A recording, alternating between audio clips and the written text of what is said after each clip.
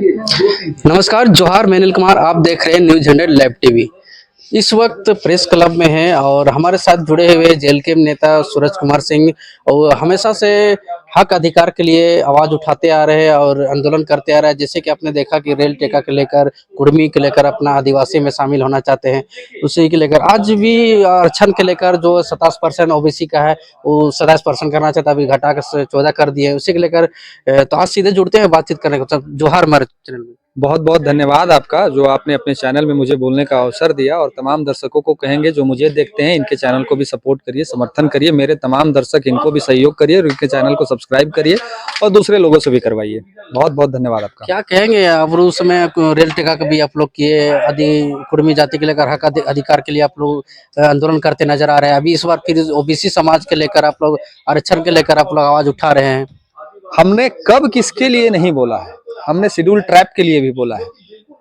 सूर्या हासदा मामले में हमको लगता है कि पहला व्यक्ति तीर्थनाथ का वीडियो आया था और दूसरा व्यक्ति मेरा वीडियो आया था, तो हमने तो उनके बारे में भी बोला था। हमने ओबीसी वर्ग के लिए भी बोलना सीखा, हमने शेड्यूल कास्ट के लिए भी बोलना। जहां जहां पे लोग दब रहे हैं, जहां जहां पे जिनका अधिकार छीना जा रहा है, वहां पे हम लोग बोल रहे हैं। अब डिपेंड करता है ये देखने वाले का नजरिया। उन लोगों को सब जगह जेल कैम ही नजर आता है। चाहे हम लोग जब ओबीसी की बात करेंगे तब बोलेगा कि जेल कैम वाले को ज्यादा फिक्र है, शेड्यूल ट्राइब की बात करेंगे तब कहेंगे कि जेल कैम वाले को ज्यादा फिक्र है, और किसी मुद्दे पे बात करेंगे तो जेल कैम वाले को ज्यादा फिक्र है। तो जेल कैम ने ये बीड़ा उठाया है कि हर दबे कुचले को इंसाफ दिलाएगा, उसका अधिकार दिलाएगा। और आप कह रहे थे 27% आरक्षण, नहीं, 27% आरक्षण की ये लड़ाई नहीं है। ये लड़ाई जितनी उसकी आबादी है उतने आरक्षण की है।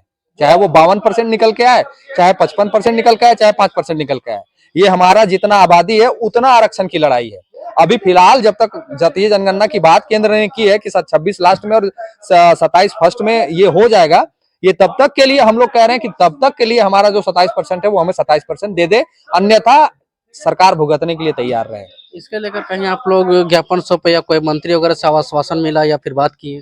देखिए, अभी एक सर्कुलेट कराना हम लोग ये चाह रहे हैं कि ये संज्ञान में लोगों को चला जाए कि जो हमारे नेतृत्वकर्ता, विधायक, सांसद जो भी हैं, इस बात को वो अपने स्तर से सरकार को जिम्मा सौंप दे।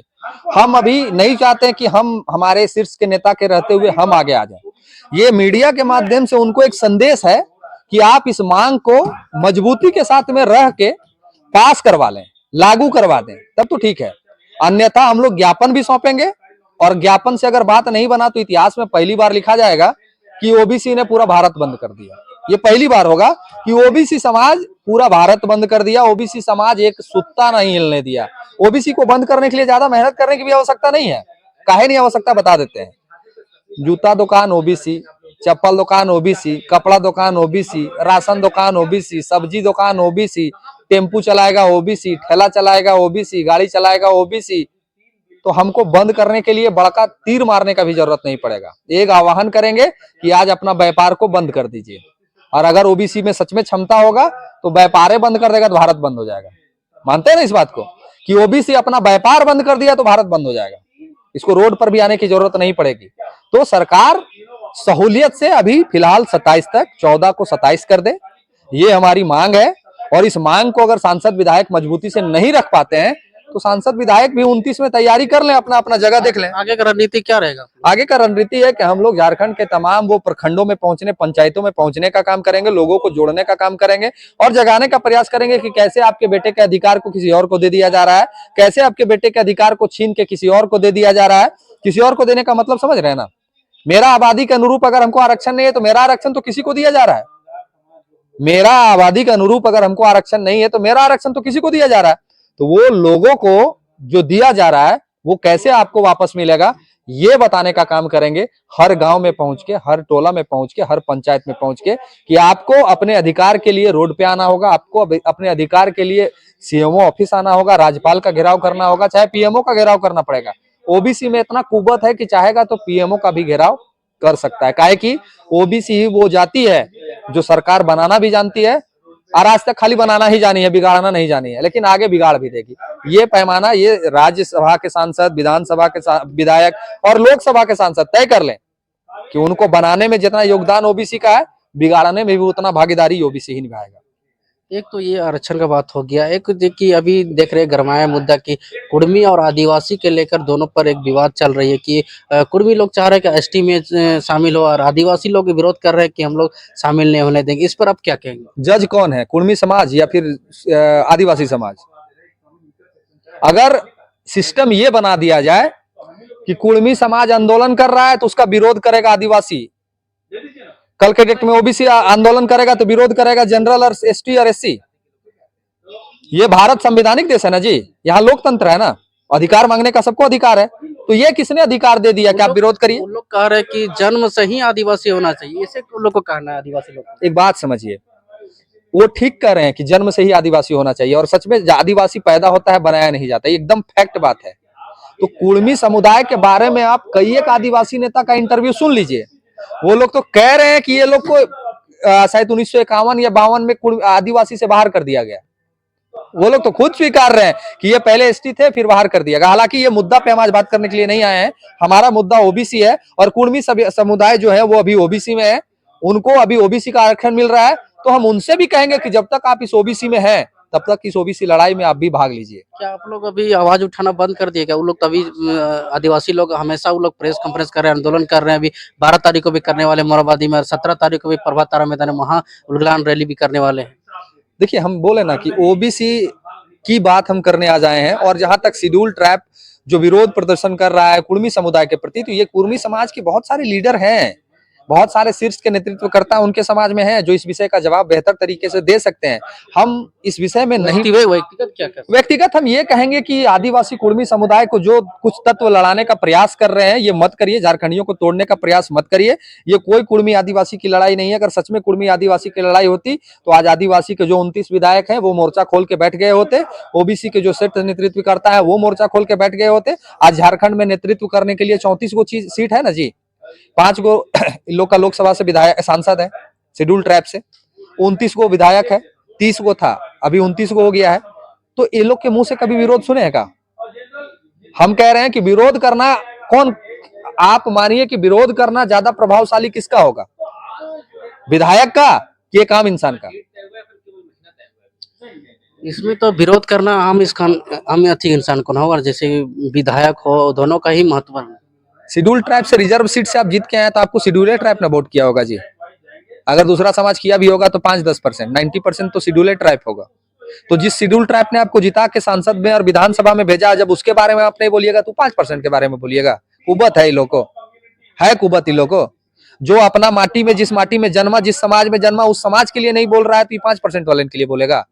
कभी नहीं बोलेगा। वो मान रहे हैं कि कुर्मी की मांग जायज है, कुर्मी जो मांग कर रहा है वो सही मांग कर रहा है, इसीलिए वो लोग मौन है। बाकी विरोध करने का भी संविधान में अधिकार है, मांग करने का भी सबका संविधान में अधिकार है। हाँ, ये संवैधानिक तरीके से इस लड़ाई को लड़ने की जरूरत है। जैसे हम लोग भाषा का मर्यादा को कभी नहीं छीने, हम लोग भाषा के मर्यादा को कभी पार नहीं किए, हम लोग कभी गाली गलौज नहीं किए, लेकिन दोनों समुदाय में कुछ गाली गलौज को तो आ ही रहा है, जैसे ज्योत्सना करकेटा का भी बोल रहे कि पर्सनली टिप्पा टिप्पणी किया गया है। हाँ, देखिए हम यही कह रहे हैं कि ज्योत्सना करकेटा जी हो, निशा भगत जी हो, या फिर हमारे माने कुर्मी समुदाय से अमित महतो जी हो, या फिर और जो लोग हैं, ये लोग जो बोल रहे हैं, हम उन सभी से कहेंगे कि लड़ाई संवैधानिक तरीके से लड़िए, लड़ाई तरीके से लड़िए। आप विरोध करने का भी आपको पूरा अधिकार है और समर्थन करने का भी उनको पूरा अधिकार है।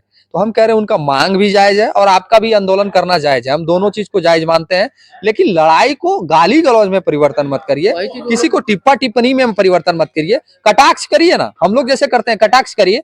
अब माई बहन का किसी को गाली दे दीजिएगा तो ये शोभा नहीं देता, ये अशोभनीय है। वही चीज आदिवासी लोग बोल रहे थे कि हम लोग को पर्सनली में क्यों लिया आता है। एक तो हम लोग एक संवैधानिक लड़ाई करना, अपना भी वो लोग अपना तरीका से हक अधिकार मांग रहे हैं, हम लोग भी अपना अति आरक्षण के लेकर हम लोग आवाज उठा रहे हैं, उसके लेकर पर्सनली टिप्पा करना वो अच्छा बात नहीं है। हम किसी को भी कहेंगे, हम आदिवासी समाज के लोगों से भी कहेंगे और कुर्मी समाज के लोगों से भी कहेंगे कि लड़ाई को संवैधानिक तरीके से लड़िए, विरोध करिए, हम मना नहीं कर रहे हैं, हम समर्थन करते हैं आदिवासियों का जो विरोध कर रहे हैं, और कुर्मी समाज का भी समर्थन करते हैं जो अपना हक मांग रहे हैं। लेकिन गाली गलौज में मत तब्दील करिए सारी चीजों को। बहुत ऐसा एग्जाम्पल है कि तरीके से लड़ाई लड़ा जा सकता है, तरीके से अपना अधिकार लिया जा सकता है, तरीके से विरोध किया जा सकता है। लेकिन आप गाली गलौज करके ये अपना जो आपका जो परवरिश है ना, जो आपको माँ बाप ने शिष्टाचार दिया है, वो शिष्टाचार का परिवर्तन आप परवरिश का दिखावा कर रहे हैं कि आपको लोगों ने किस तरह का परवरिश दिया है। हम आपको गाली दे देंगे तो मेरा परवरिश का पता चलेगा ना, हम किसी को गरिया देंगे तो मेरा परवरिश का पता चलेगा ना।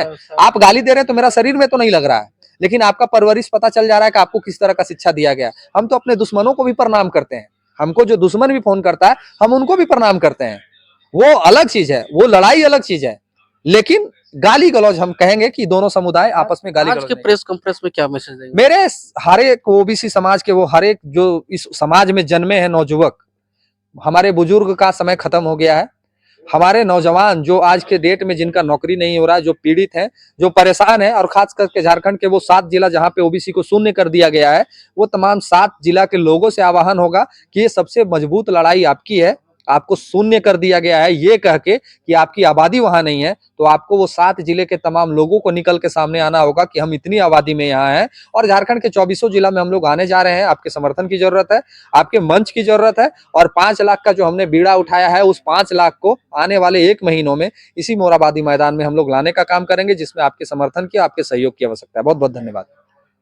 तो देख सकते हैं कि आज प्रेस वार्ता कर बताया गया है कि हम लोग का आरक्षण जो फिलहाल है भी 27% जरूर किया जाए, अगर नहीं करते हैं तो हम लोग आंदोलन करेंगे, प्रदर्शन करेंगे। ओबीसी समाज के लोग ये कह रहे हैं। तो अभी के लिए इतना ही। मैं Neel Kumar, news 100 live TV, Ranchi.